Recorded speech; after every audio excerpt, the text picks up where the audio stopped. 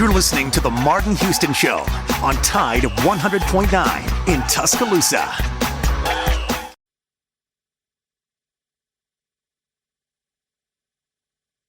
Alabama 1st and 10 on the 12. Again, Houston. He's got a hole. He's over. Alabama touchdown. I'm just wondering if your listeners know how good a football player you were. I can still see you playing that fullback, knocking those players out of the way. And I believe I could have run behind you. Martin, I can remember when we came to center and you were playing fullback up there. And I saw you in the weight room and watched you work out in the weight room. At least you were strong enough to pick up the whole weight room. I wanted to pick it, and our running back coach didn't take the pass. biggest mistake we ever made. The Martin Houston Show with national championship winning fullback Martin Houston, giving you 1 hour of intense, hard-hitting analysis from an insider's perspective. It's time for the Martin Houston Show on your home for Alabama sports, Tide 100.9, and streaming on the Tide 100.9 app.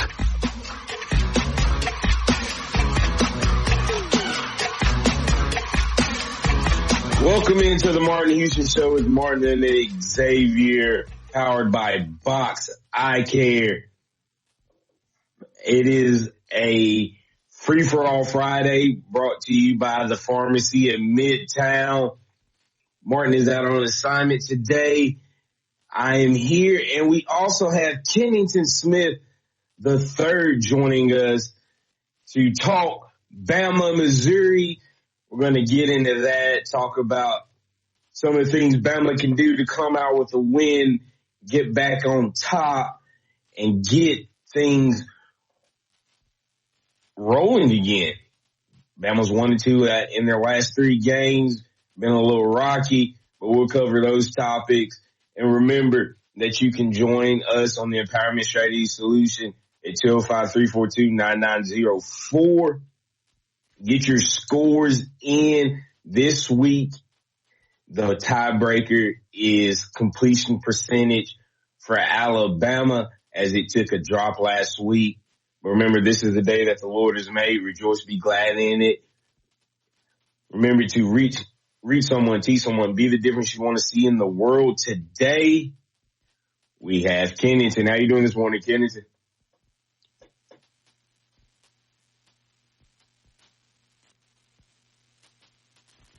All right. I guess we were trying to get Kennington connected.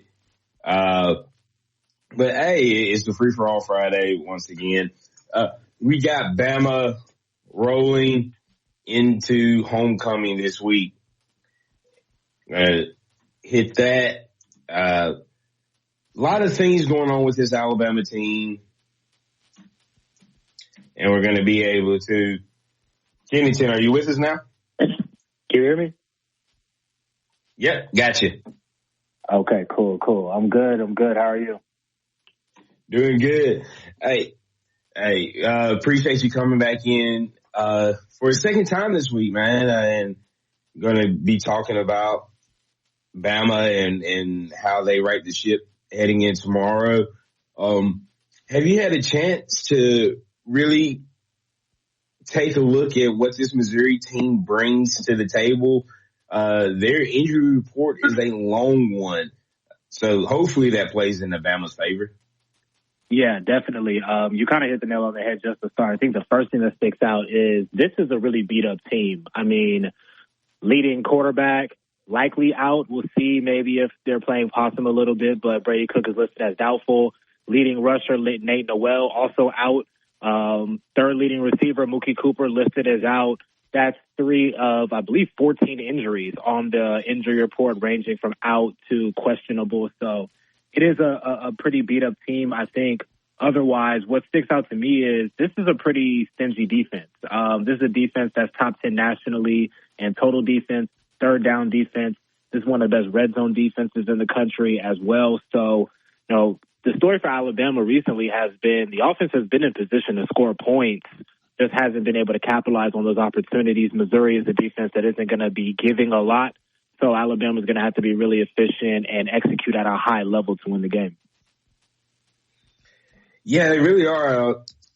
When we're looking at Alabama's, are you surprised? Because we keep hearing when it comes with Alabama's injuries and things, it's short list. Keon Sabb, we understand, out. Is it a broken foot for sure, or that's what's been hinted at so far? Yeah, that's what's been speculated. Greg McElroy, it's one of those situations where, like the people who are broadcasting the games for ESPN, they do the production meetings. So I think that there was, some intel in that meeting. They bring it to the broadcast booth to provide more context. So him taking that information and then broadcasting it out the following Monday that it was a broken foot feels like that's something that is pretty accurate. But if you remember the actual play where Sabb knocked the ball away from Squirrel White on the sideline, which was his last play, he got up and it took him a while to get to the sideline. I mean, he was limping pretty bad. So it's a lower leg injury of some type. Whether it's a broken foot or not, I guess is, undetermined, but it is some type of leg injury. Yeah, and we've seen the clips of Jalen limping. We've heard Jaden Roberts has been playing through something. Why do you think those guys aren't potentially showing up on the injury report? Is it because it's not that serious, and they're practicing the whole week, or what? Because I think there's probably some games. I think there's a little bit of gamesmanship there. Maybe a little bit of wanting to avoid potential controversy. I think if you're Kalen DeBoer and you put Jalen Milroe on the injury report, that's going to sound the alarms, whether that's within the fan base or letting the opponent know that he's vulnerable in a particular area. So I think there's a little bit of gamesmanship there. And, DeBoer said on Monday, everybody at some point is dealing with something. Some assistant coaches kind of lend a little bit more than others. A couple weeks ago, Chris Kapilovic, the offensive line coach, said something to the effect of Jaden Roberts is dealing with things and playing through things that the common man could not imagine or fathom. So that lets you know that he is, dealing with something or a series of things. We know he was injured in fall camp, and the snap count between him and Geno Vandermark is about 50-50. So that also lets you know that he's not at 100%. But I think for some of the more nagging injuries, that's more of a thing that is kind of understood that guys are playing hurt and they don't want to put it on the injury report, maybe, to sound the alarms or let the opponent know what's going on.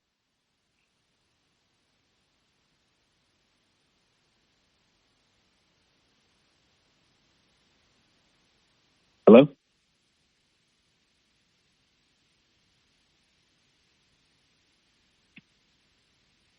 Hello?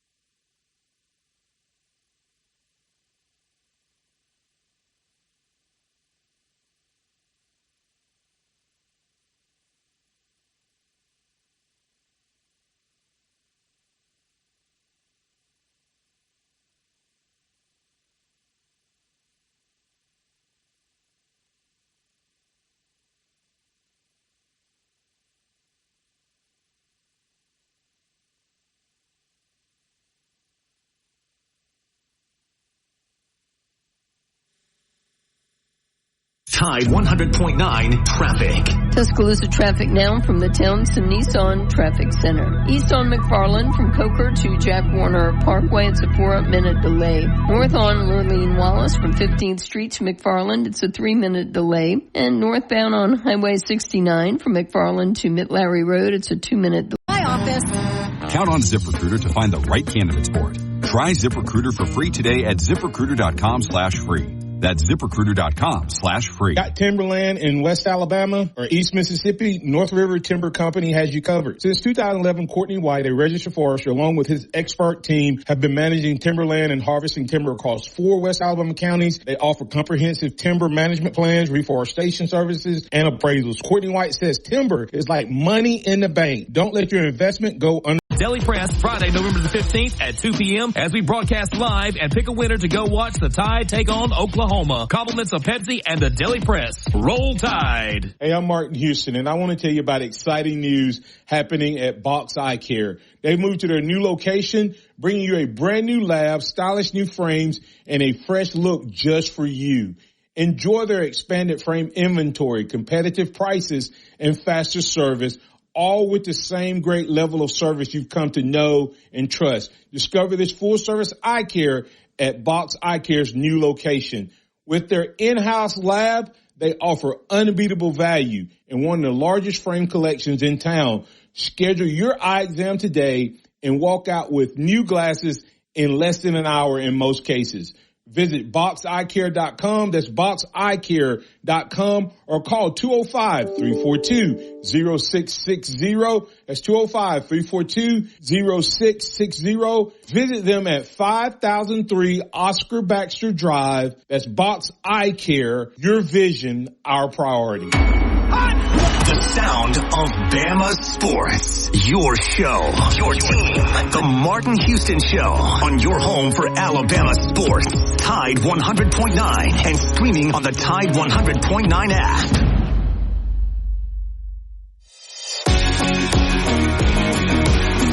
Welcome back into the Martin Houston Show with Martin and Xavier on this Free for All Friday. We have Kennington Smith III joining us of The Athletic, talking about things Alabama can do to right the ship this week against Missouri on homecoming. Bama has to win out to have a realistic chance to make it into the college football playoffs in this 12-team scenario. So, Kennington, we've talked about the injury report. When you're looking at what Alabama has to do moving forward with this game, how do you fix the offensive scheme in your opinion? Yeah, I think when you're talking about the scheme, it's kind of antiquated. It's pretty predictable over the last few weeks, which is really surprising because the first few weeks it felt like we saw a lot of creativity, we saw a lot of layers, we saw a lot of different looks. They've kind of gone away from that in the last few weeks. It's like empty set, Jalen Milroe run, shotgun, zone run. Obviously Ryan Williams is getting a lot of targets. It seems, we kind of know where the ball is going on any given play, which is not something that you would expect from a Kalen DeBoer-led offense. So I like to see a little bit more diversity, but more than anything, I think this is an opportunity to get the ground game going. Because when we're talking about the conversation around the quarterbacks, whether that's Jalen Milroe's health or there are some people calling for Ty Simpson to get a look, Jalen Milroe is Alabama's identity when it comes to running the ball. A lot of what we see from Jam and Justice come off of what Jalen is able to do with his legs. So Alabama needs to build an identity, and they need to build some consistency independent of that by getting the running backs going. And I think this will be a great opportunity to do so against a pretty beat-up team. Yeah, when you're looking at the identity of this team, it has shifted. We had a caller yesterday bring up the fact that, as you stated, it's become really predictable. There's not the motion anymore, and how that is affecting what the quarterback sees and how he sees it. And because it's not always just about getting the guy into a different position, but you see the movement, and when you see the movement, that lets you know the coverage sometimes. How does that defender roll? Does he follow? Does he drop back, step up when that guy goes in motion? And we just haven't seen that. This offense has gotten really stale, and nobody is certain really what the reason is that it's gotten stale. Since the Georgia game, I mean, yes, of course, Bama put up 35 against Vandy, and you feel like an Alabama team, if you score 35 against Vandy, you win easily. That didn't happen. Then you look at South Carolina and Tennessee, and it's gotten really stagnant the last 2 weeks. And of course, we've talked about, is Jalen banged up? What's going on? But the run game was at its best when Jalen was at full strength running the ball. So, and you're talking Jam breaking long runs, Justice breaking long runs. And that was because the defense was so worried about what Jalen could do if he kept it. And we're not seeing that anymore. And do you think the coaching staff has been trying to prove a point? Do you think that they are not sure when it comes to what they're going to do? Why do you think that do you think they've changed the scheme, or do you think something with the players has caused them to change? Yeah, that's a good question. I think probably a little bit of both. I think you would think that they're kind of maybe going away from Jalen as a runner because of the injury, but then in that same breath, why is he dropping back 45 times if he is injured in some capacity? And obviously you see it's affecting throws. Again, I feel like this is an opportunity where they need to maybe kind of innovate what they're doing, or shift what they're doing from relying so much on the drop back passing game to kind of running downhill, allowing your offense to kind of flow from there. When you're talking about Jalen running the ball and then Jam breaking a long run and then Justice breaking a long run, it brings you back to the South Florida game. That was the only game this season where two running backs had 10-plus carries in a game. And that was one where you see Jam breaking long runs, Justice breaking long runs, Jalen being a threat with his legs as well. That's the type of offense that Alabama needs to get back to, and then let everything kind of flow off of that. So maybe some of it is kind of personnel. Maybe they're not running the ball as much because they know they're beat up on the offensive line in regards to Jaden Roberts and what he's able to do kind of getting downhill as a run blocker. But they have to find more creative ways to get these guys the ball and take some pressure off of the quarterback. Once again, this offense at this point is so Jalen Milroe reliant. It's either going to be a Jalen Milroe big play through the air, usually that's to Ryan Williams or Jimmy Bernard, or it's going to be Jalen making a play with his legs. And if those two things aren't working and we're seeing the big plays kind of decrease by the week, you see the offense kind of stuck in neutral a bit. So maybe taking some pressure off of Jalen Milroe, again, putting it on the running backs, I think will serve Alabama well. And the irony about all of this is pretty much from spring practice to now, all we've heard from people within the program is how great the running back room is and how highly they think of the running backs, but it's not translating into carries. So there's a disconnect there in that regard that is pretty confusing and one of the bigger question marks on the team at this point. Yeah, and you talked about it, like, it's not just the run game. You talk about the big plays through the air. Did Alabama? Do you remember Alabama taking a deep shot, like on a scripted one, outside of maybe the one time Jalen rolled out to avoid the safety where he threw it deep? I can't think of another time where they lined up and took a true deep shot down the field. And that once again leads into the conversation: is Jalen banged up? Is there a reason why they're not doing that? Right. Yeah, to that point, I don't quite remember. There might have been one shot play down the field, but, obviously nothing that was close enough to where it was a legitimate threat to Tennessee. So, again, and Kalen DeBoer had a very interesting quote after the game that is probably not getting enough attention, where he said something to the effect of, I don't have the exact quote in front of me, but he said basically that it's hard to go on long drives if you're not hitting big plays down the field. And that, to me, kind of indicates that this is an offense that at this point doesn't have a methodical way of moving the ball down the field. In some ways, it kind of is reverting back to last year's offense, which was so reliant on shot plays down the field and big plays to get from one side of the field to the other.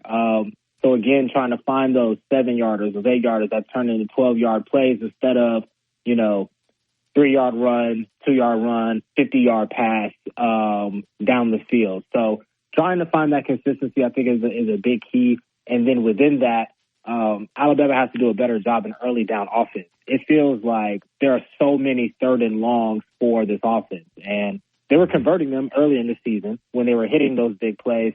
They haven't been hitting those big plays lately. And now Alabama's 50th nationally in 3rd down offense just because they're just backed up so many times. So they just need to do a better job, especially early on, that script, executing those plays early, staying ahead of the chains and building some momentum. Yeah, the offense, this offense has been so frustrating to watch the last couple of weeks. And, you know, I am a huge Jalen fan, and I'll defend him when I can defend him at every opportunity. Saturday was rough, and not really much you can defend on there, especially if he is healthy. That was the worst performance that he's had in his career. And people call it regression. People call it a lot of things. But if that's the style of offense that they want to run, you know, maybe we do need to see Ty Simpson. It just makes me wonder if he is banged up and we're not seeing Ty.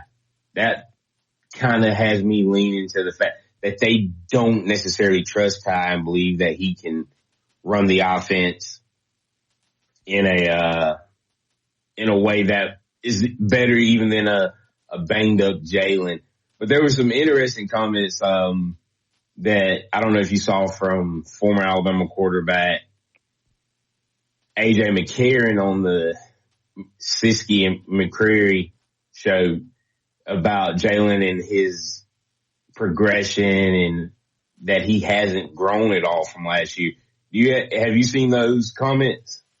Yeah, I have seen those comments. I have to respectfully disagree that he hasn't shown any improvement from last year. The way that he, in the early part of the season, was throwing in rhythm and those anticipatory throws, he was making throws early in the season that he was just not willing to make last year, and some throws that he was not as accurate on as a year ago. So I do see improvement in that area. Obviously, the last few weeks haven't been great in terms of decision making and maybe in terms of his progressions and what he's seeing and what he's reading. But to say that he hasn't improved at all, I feel like is an overreaction. Yeah, and that's kind of how I feel about it when it comes down to the way that they view his, or AJ views his growth. I think there is significant growth, and hopefully that you'll see that. But do you have any thoughts on if what we saw this past weekend is what they really want to do? Should they make a switch? I think that if there's a point where it is obvious that something physically is hindering Jalen Milroe from moving the offense forward, then the coaching staff has an obligation to the team to put in a healthier quarterback to see what the offense can do. Now, in that same breath, if the game plan is going to be dropping back 45 times a game, do you trust Ty Simpson or any quarterback that's not your starter to do that? That's a lot of dropbacks. That's a lot of passing. That's a lot to put on a quarterback's shoulders. Once again, back to a point that I made earlier about Jalen Milroe being at the center of Alabama's run game, if you put Ty Simpson in the game, obviously he can run the ball, but what is he going to be able to run the ball the same way that Jalen Milroe has been running and operating the offense in that way? Probably not. So you're going to have to rely on the running backs and do things and rely on them in a way that you haven't in the early part of the season. So it feels like to switch the quarterbacks, you're going to have to kind of run a different offense where you're not going to be dropping back as many times and you're going to be relying on the running back. So it all kind of ties into this conversation of what is Alabama's offensive identity. We don't quite know at this point, but to answer the original question, if Jalen Milroe's health is hurting the offense from moving forward, then they have to put in a healthier option because this is, a do or die scenario. Yeah, and it's been a long, long time since Alabama's been a do or die situation this early in the season. As we know that there hasn't been a 2-loss Alabama team before the month of November since 2007. And We all know that was Saban's first year that ended in a 7-6 season. Do I think this team is going to be 7-6? Absolutely not. Or whatever the equivalent is now that you play 12 regular season games versus 11, 8-5, whatever. But can Jalen be trusted to fix things? We saw it last year. We saw the progression at the beginning of the season. Do you think his confidence is still there to be able to get it done? Yeah, that's a good question. I think his confidence is still there. I think a lot of it at this point is kind of coming from maybe his teammates more than internally. I think we've seen a lot of confidence instilled in him, whether that was DeBoer on Monday where he said there's not going to be anything that's going to hold him back in the game, or Jeremy Bernard speaking out in support of him a day later when we have players for availability. So I think they're doing everything they can to put that confidence in him. I think it's on Nick Sheridan to kind of give him that confidence with some easy access throws. If you remember that Georgia game, what helped so much against that defense was that there seemed to be an answer for everything that Georgia was doing in terms of bringing pressure. There were quick access throws to C.J. Dupree in the middle of the field. There were plays in the flats. He was getting the ball to the running backs. They were moving the pocket. They were doing things to allow Jalen Milroe to have the time to make those plays. We didn't really see that against Tennessee. Some of that had to do with the crowd noise, I think. Alabama's offense didn't get off to a great start. And then you see Jalen Milroe kind of missing some throws a little bit on some longer developing pass plays that might have affected his confidence some. But I think, implementing quick pass game, implementing some screens, moving the pocket, doing some things to allow him to get some early completions, allow him to get into the flow of the game, and then kind of building from there, I think will serve the coaching staff well. But I think Jalen is confident in who he is as a player. Once again, maybe there are some things physically that are kind of, hurting his confidence from a mental standpoint. But I think, it's on the rest of the offense and the coaching staff to kind of prop him up while he figures these things out. I agree with that. We're going to go ahead and get to break. Remember, you can call in on the Empowerment Strategy Solutions hotline at 205-342-9904. We have the Bama score for Missouri, and the tiebreaker is completion percentage by the Alabama quarterbacks, whether that's Jalen, Ty, or some combination of the two. But we'll continue this conversation, switching over to the defensive side and what they need to do to right the ship, coming back on the other side. Tide 100.9 traffic. Good morning. Tuscaloosa traffic now from the Townsend Nissan Traffic Center. We have some long-term road construction, Greensboro Avenue southbound at 26th Street. Also long-term road construction, 2059 eastbound between the Western Bypass and McFarland Boulevard. And there is some Now you can get Cox Internet and One Unlimited mobile line for $80 a month. All with Wi-Fi equipment included and no annual contract. If only getting it all was always that easy. Like having a night out and getting a good night's sleep. Get it all with Cox. Get Cox Internet and One Unlimited mobile line for $80 a month. Visit cox.com/value. Limited time offer for new customers only. No annual contract means no minimum term agreement and no early termination fees. Additional restrictions apply. Community College, 1225 Sports Bar located on the Strip, and Taco Casa. Dixie Battery Supply takes care of all of your battery needs. Find the commercial batteries you're after and never feel powerless again. Come check out our Northport and Tuscaloosa locations or call us at 205-758-9190. And once again, power up all your devices by using Dixie Battery Supply, DixieBatterySupply.com. Enjoy free shipping to your home on purchases over $25. Your new Academy Sports and Outdoor store is located at 4610 U.S. Highway 280 in Birmingham. Tide 100.9 Tuscaloosa weather. The weather stays unseasonably warm today. Mostly sunny with a high at 86. Fair tonight, the low 58. Tomorrow, mostly sunny, the high 84. Sunday, partly sunny, a small chance of a shower. Sunday's high at 80. I'm James Spann on the ABC 3340 Weather Center on Tide 100.9. It's 57 degrees in Tuscaloosa. Interact with the Martin Houston Show by calling us at 205-342-9904 or tuning into the Martin Houston Show on Facebook.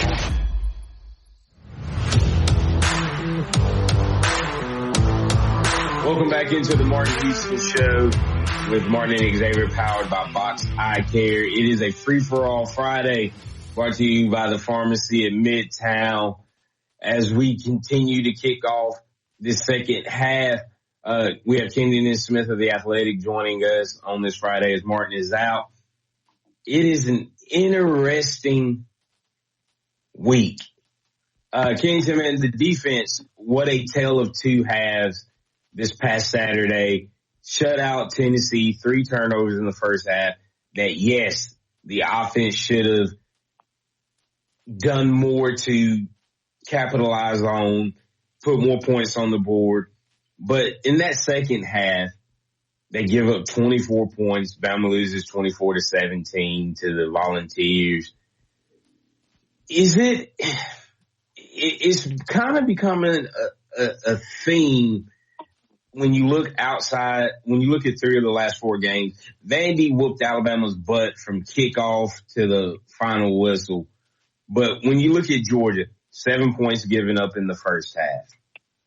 When you look at South Carolina, there were 12 points given up in the first half, but really only put 7 of those on the defense.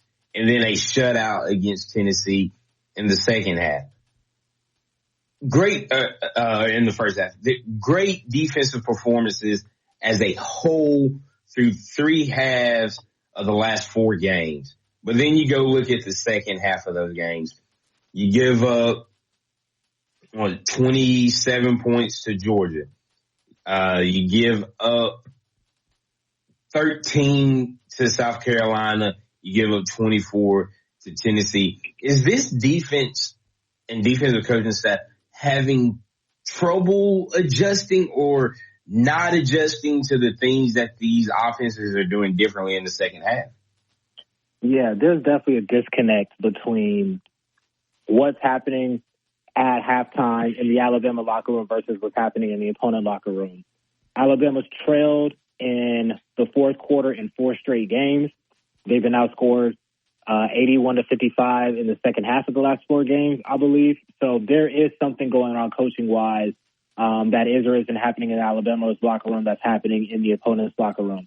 I think for Tennessee, personally, when I watched it did not feel like Tennessee really changed a whole lot. It just felt like they were kind of executing the plays that were there. I think in the first half, obviously, there were a lot of plays open downfield that Tennessee just did not hit. There were receivers open, and this has been a theme with Alabama throughout the year. Every single game they've played, there have been receivers open downfield. The quarterback getting the ball to the receiver has varied, but the stop plays have been there.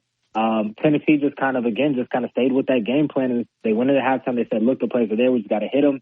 They hit a couple of those plays in the second half. Those kind of made the difference in the game. So that, I think, is probably the biggest thing is that there's kind of an execution issue with Alabama's defense, regardless of the half, whether that's letting receivers get downfield. Missed tackles have been an issue throughout the year. And then when you compound that on top of the lack of adjustments, this is kind of the situation that they're in. So Saturday's game is going to be really interesting because, again, Missouri is really beat up on offense. Quarterback, leading rusher, 3rd leading receiver. This feels like a game where if Alabama can't put together 4 quarters of good football on defense, you wonder if it's going to happen at all this year. Yeah, and that's kind of, we talked about this defense has given up a lot of yards throughout the course of the season. You look at Western Kentucky, you look at South Florida, they gave up a lot of yards in those games. I saw the rush defense, I saw it, I think it's around 140 yards a game that they're now giving up on the ground. So that's a big kicker when it comes down to how this team is performing, especially the second half, because I think they're just wearing down the defense. Time and time again, you look at the 3rd down conversion rate that jumps in the second half. And you see the talent's there, and you'll see it for a half, and then it's just things going awry in the second half. Do you think it could be a level of complacency? Possibly, but that would be really alarming, considering there really is no room for that with how Alabama's played over the last few weeks. There definitely is.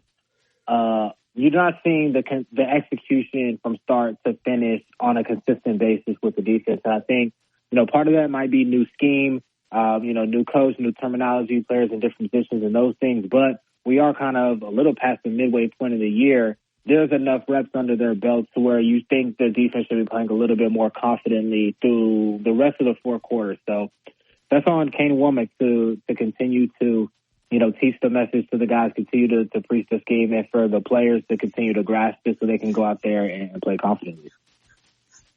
Yeah, and there, to me, it is a lack of adjustments. And not only that, but I think what Alabama's best at on defense isn't what Kane Womack likes to do. We've talked about his blitz rate being one of the lowest in the country, even when he was at South Alabama. And Alabama does have some guys that can get pressure with just their front four. But when you stop and look at it and you go, okay, when we're at our best is when we're blitzing. Does he have to throw out his philosophy at this point of the season? Because when he does it, it's great, but he just doesn't do it enough. Yeah, I definitely think there's something to that. And, whenever coaches get in front of a microphone and they're talking about their scheme, what's the number one thing that they say? We are going to build a scheme around the player's strength. Right. Yeah, we haven't seen that to your point with the blitz rate. And Alabama, that's one thing that has been consistent with this defense. They do know how to get pressure on the quarterback. And this is a game, again, we're talking about Missouri. Drew Pine, who is the backup to Brady Cook, is not a mobile quarterback. This is not Byron Brown. This is not Nico Emalava. He's not even on Carson Beck's level of being able to move around the pocket. So this is an opportunity. You talk about getting pressure on a quarterback, forcing him into mistakes. This feels like a game tailor-made for an LT Overton to get off. And for Deontay Lawson, who's one of the best blitzers on the team, to be able to get some pressure. Justin Jefferson, who is a missile on blitzes as well. I'd like to see Kane kind of dial it up like he did against Georgia. That was a game where they were sending constant pressure, disguising things on the back end. Carson Beck was looking lost. He was making mistakes. They were getting pressure. They were getting hits on the quarterback.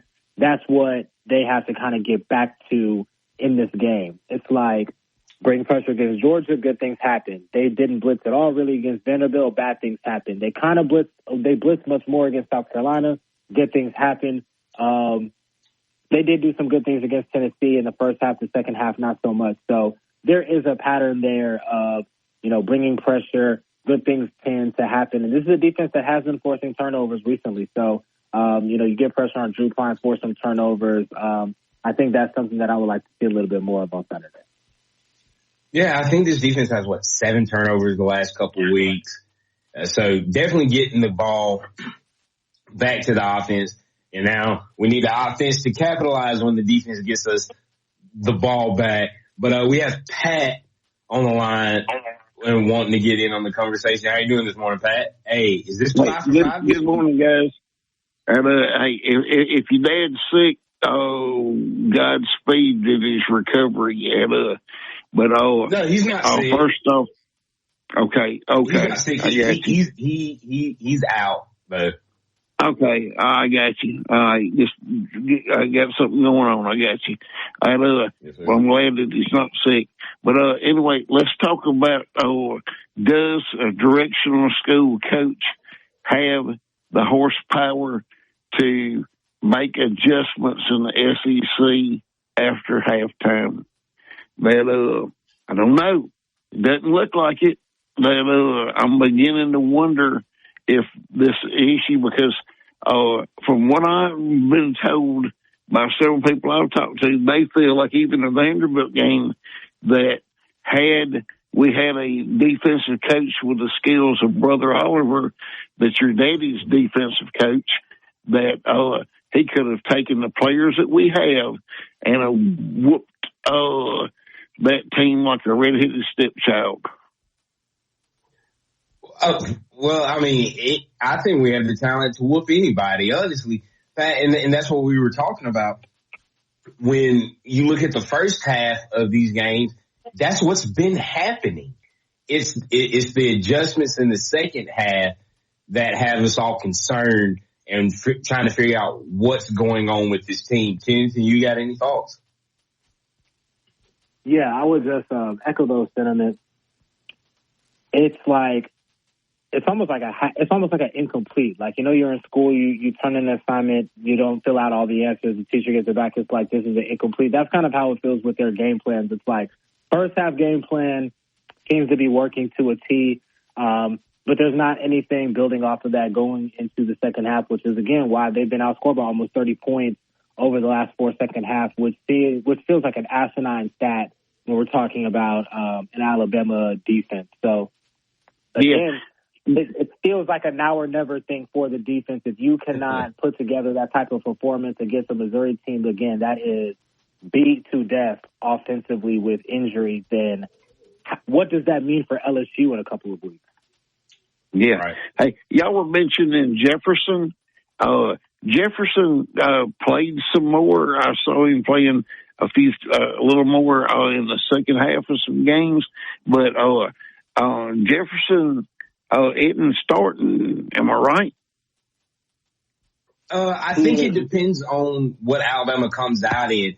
Alabama came out in a 3-4, and when Alabama comes out in 3-4, sometimes they put Jihad as an outside linebacker, and you have Deontay and Jefferson in the middle. Yeah, because I think Jefferson should be playing in the middle. He's got speed personified, and I saw him making plays.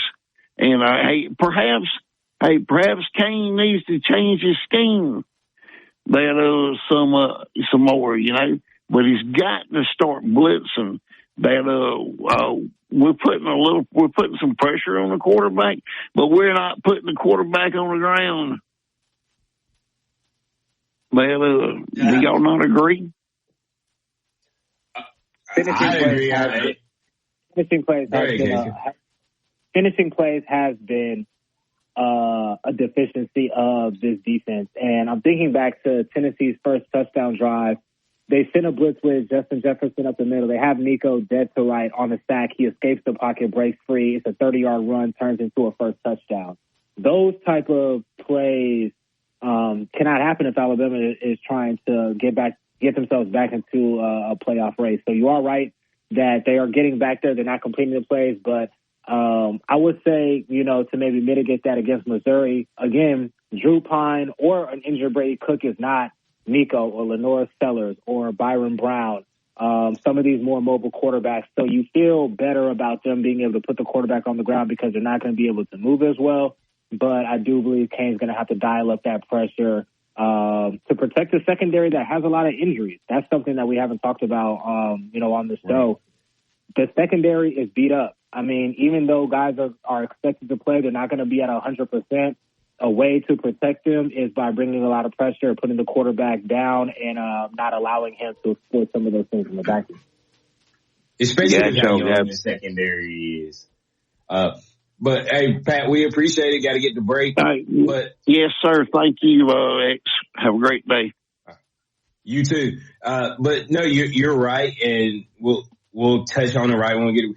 But the secondary is so young, too, with the injury. So you definitely got to protect those guys back there. But we'll continue this conversation on the other side, and we'll wrap it up. We'll get score predictions, and we'll talk about who needs to be the player of the game for Alabama to pull out a victory on homecoming. Tide 100.9 traffic. Good morning. Tuscaloosa traffic now from the Townsend Nissan Traffic Center. We have long-term road construction, Greensboro Avenue southbound at 26th Street.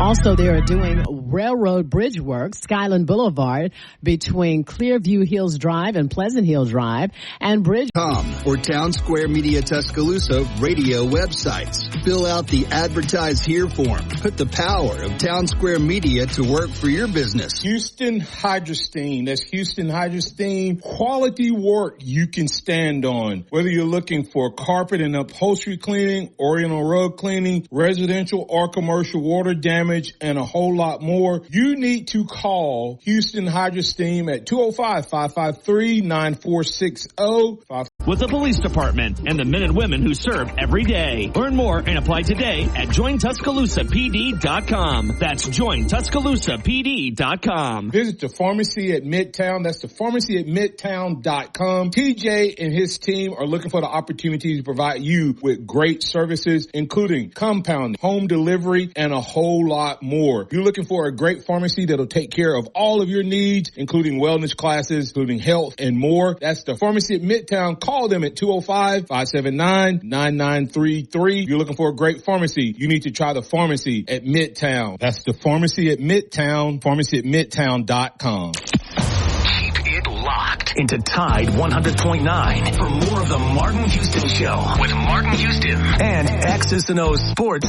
Xavier Houston. Welcome back into the Martin Houston Show with Martin and Xavier. We have Kennington Smith the third joining us here on this Friday edition as Martin is out. We're in the fourth quarter. Got to talk about some guys that you think could be the players of the game. Let's start on the offensive side of the ball. Yeah, I think kind of a cop out here, but I think the entire offensive line, I guess if I could single anybody out, I would say Elijah Pritchett. I think the right side has steadily declined over the last few weeks. Saturday was a rough game for Elijah Pritchett, gave up several pressures, gave up the pressure on the game-deciding interception that Millwall threw on that first down. He has to get back to South Florida Elijah Pritchett playing with that confidence. That's always been the thing with him. When he's playing with confidence and he knows his keys and he's executing at a high level, he looks like a really good player. When those fundamentals get away from him, you see the effects of that. So Elijah Pritchett is going to have to be, dialed in and have a really good game on Saturday to allow the offense to progress and stay ahead of the chain. Yeah, I think the offensive line does have to improve when you look at how things are going. I think the right side has been weak the last few weeks, and we know Pritchett was banged up at one point. We know Roberts has been banged up. You've had Vandermark coming in, playing a lot of snaps there. So not really sure. But I'm going to go with the running backs. I'm going to go with Jam and Justice this week as they have to get the run game going independent of what Jalen does. So if Jalen is a little banged up, we can continue to fix those things. Then we'll take a look at that. Defensively, who has to step up this week, especially with like an injury to Keon Sabb? Yeah, I'm going to go in the secondary. I'm going to say Malachi Moore. I mean, team captain, obviously somebody who has to shoulder a lot and be a leader on a lot of weeks. This week especially, he has to be an extremely good communicator. He's going to have to get the defensive line. He's going to have to get the secondary line and just be an encouraging force, whether that's to Bray Hubbard, whether that's to King Mack or another young player that's going to be stepping into a big role. Malachi Moore has to be the stabilizing force in the secondary because Missouri is going to take shots down the field. They still have Luther Burden. They still have Theo Weiss. And, back to what I was saying earlier, it really doesn't matter what quarterback is in the game because receivers have gotten open against Bama every single week. So Malachi Moore is going to have to be really big in this game to keep the secondary aligned and keep their confidence up to kind of counteract what Missouri is going to try to do. Yeah, I'm going to go with our edge rushers, whether that's Quay Russaw, whether that's Q Robinson, Keanu Code, LT Overton. They got to put pressure on the quarterback this week. As you said, Drew Pine, if he's the guy that gets to go, not a mobile guy. Brady Cook is pretty much playing on one foot if he's the guy. So there's not a lot of movement out of those quarterbacks. Get pressure, help that young secondary, help those guys not have to be guarding somebody for 5-6 seconds that could potentially break open. So that's where I'm going to go with it.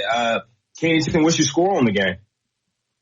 Yeah, I do have Alabama winning once again. This is a really beat-up Missouri team. I don't feel very confident that it's going to be an offensive explosion, so I kind of have it in like that 24-13, 24-10 type of range. Get in, get out with the win, go into the bye week and figure some things out because there's a really big game against LSU on the horizon. And what a perfect time to get a big win heading into a bye week. This team gets healthy. They right the ship. I'm going to go 31-17. I think they'll get a few plays off, especially. Both these quarterbacks are experienced, but I don't think either one of them can hurt Alabama in the way that they've been hurt in the past couple weeks and in the game that they've struggled with on that side of the ball with the legs. But I'm going to go 31-17. Completion percentage. I'm going 70% for Jalen. What you got? I'll go 68%. 68%. All right. Hey, this is the Martin Houston Show with Martin Xavier, powered by Box Eye Care. This was a free-for-all Friday brought to you by the pharmacy at Midtown. That was Kennington Smith, the third of the Athletic. Hey, it's a great week to talk Bama sports, even when Alabama loses. Bama rights the ship tomorrow on homecoming against Missouri. Be blessed. Catch y'all back on Monday.